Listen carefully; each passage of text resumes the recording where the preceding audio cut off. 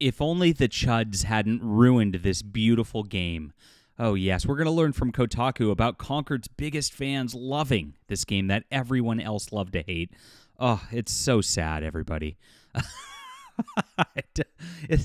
These people are absolutely insane, but we're going to laugh at them because that's exactly what we do around here. We have fun. This is entertainment. And Concord as a video game failed to entertain. The reason why is the designs were terrible. It was full of a DEI agenda. They tried to force politics onto everything. They tried to make a game which was basically a clone of Overwatch, overcharge people for it, and then nobody showed up. Imagine that. Sony took one of its biggest L's ever here, and it's finally gone, everybody. And we'll get into that in just a moment. I'm loving watching all the videos on the Concord redesigns by professional artists. You can find some great ones on the internet. The ones by Mike S. Miller on the Blacklist Universe channel are really good. I'll try to maybe throw that link in the description below. But yes, Kotaku is still crying about this as Concord fades into obscurity and will never be heard from again. This is it. It's finally over. My name's John Delarose. Everybody, please hit the like and subscribe button. Join us here as we talk about the most important things in pop culture, especially video games. And I'm a content creator myself. This is my Hidden Emperor graphic novel. It is a very, very fun science fiction graphic novel with great designs by a fantastic artist. So please join us here. And gosh, we have a beautiful 553 backers, over 40K. As you can see, this is a tremendous success because of viewers like you. And please, if you love comics, check this out. It's a great way to support the channel, and I would love for you to get in on our art over here. Thank you again. It'll be in the description below. So here we are. When they learned Concord would be shutting down in as little as 72 hours. So it's faster than that. Some of its biggest fans rushed to immortalize their time with the embattled Sony exclusive in a way that only PlayStation players can, by earning a platinum trophy. The rare achievement would attest to their mastery of the short-lived hero game, as well as their fanatical devotion to a game so many others spent weeks dunking on. This is really funny stuff already. Oh my gosh. For some, it was already too late. No mathematical way for them to attain all the necessary trophies in the time left, even operating at a monotonous peak efficiency with no sleep. For everyone else, there was private lobbies where they could load up the game's rivalry mode, select the smallest map, and suicide off the edge at the beginning of every round in order to complete the matches every few minutes and level up about once an hour. It's pretty ridiculous. I mean, people were doing this kind of thing and just ending those matches as fast as possible because I guess they did want to get these trophies. Some people are just that obsessed and have that much OCD that they have to do this kind of thing. Even though we're getting to the point where there were like 50 players, 10 players, nobody was playing this game whatsoever. Concord was a complete train wreck on every single level. And people just went for it anyway. It's really, really funny because you see a lot of comments on this Kotaku post on X talking about the Concord community, the player base that loves this game. It's like there's literally a couple dozen of them. Like you can count them on one hand who's still playing at this point. Why are you talking about this as if that means community? I think the word community is honestly overused at this point on the internet. Wow, that's been happening for a long, long time. And it's ridiculous. Whenever I hear it, it immediately gives me pause. I see that the video game community, the writers community. Oh my gosh. It's ridiculous. It's finally done, wrote a player. Sultan PSN at 1 a.m. The worst pain I've ever endured. From the tip of my toes to a bitching migraine. 60 hours of no sleep and constant pain and torture and misery. Finally over with 12 hours left. And the reward feels so satisfying. Wow. 60 straight hours of Concord. That's, I would check yourself into a mental hospital at that point. This is not something to brag about. This isn't something Kotaku should be clapping over. This person is clearly sick. And actually describing it as no sleep and constant pain and torture and misery, why would you do that? It's a freaking game. And it's a game that sucks. Like, what are you doing? So he got it, the Platinum Trophy, the living legend at a... But my gosh, this is wild. And this is how crazy some of these wokies are. They will go this far over their little political games. And this is what they want to do all the time. They want to, like, turn everything into this crazy, mentally ill, insane fake life. Gosh, couldn't happen to a nicer person, I guess. But gosh, there are always bad games that get panned at launch and quickly turn into memes. Of course, we know of a bunch of those. But Firewalk Studios' Concord wasn't a bad game.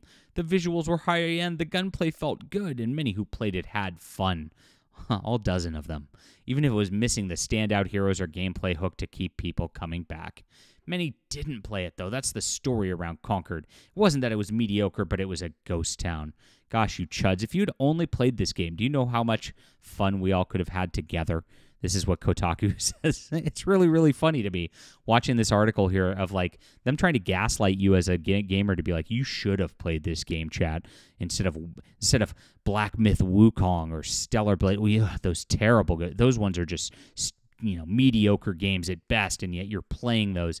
It's like they're bitter at the choices you make as a consumer. This is like a gaming outlet. They should go with what the consumer wants, honestly. Isn't that kind of what their entire purpose is, to like give gaming guides and things like that? It's really ridiculous. I was very surprised it was pulled so quickly and suddenly, though I'm not necessarily surprised this is the outcome. Twitch streamer DGuns, who spent weeks playing it for viewers, told Kotaku. I mean, how many viewers were watching that? The game's been misrepresented so poorly in just about every way from various perspectives. It felt inevitable. Womp womp. The cope is absolutely out of control at this point. It's really, really, really funny. The amount of negativity and hatred towards the game, myself, anyone who supports it, Firewalk, PlayStation are all concerning for various reasons, DGuns says.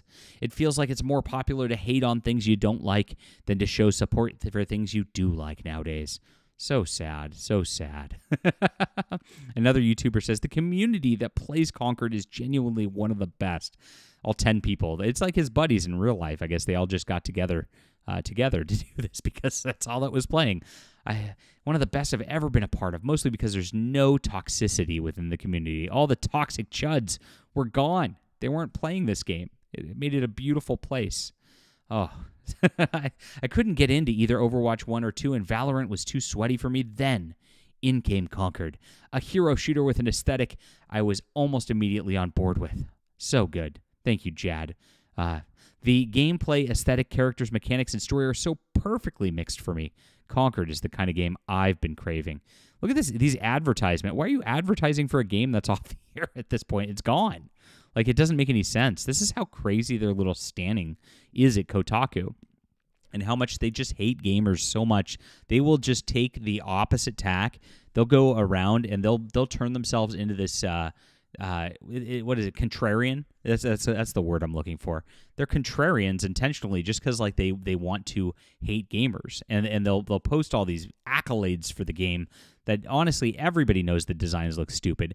Everybody knows it was just an Overwatch clone that really didn't offer anything gameplay wise that was different, and yet it was overcharged for. I mean, honestly, like, you can't deny that.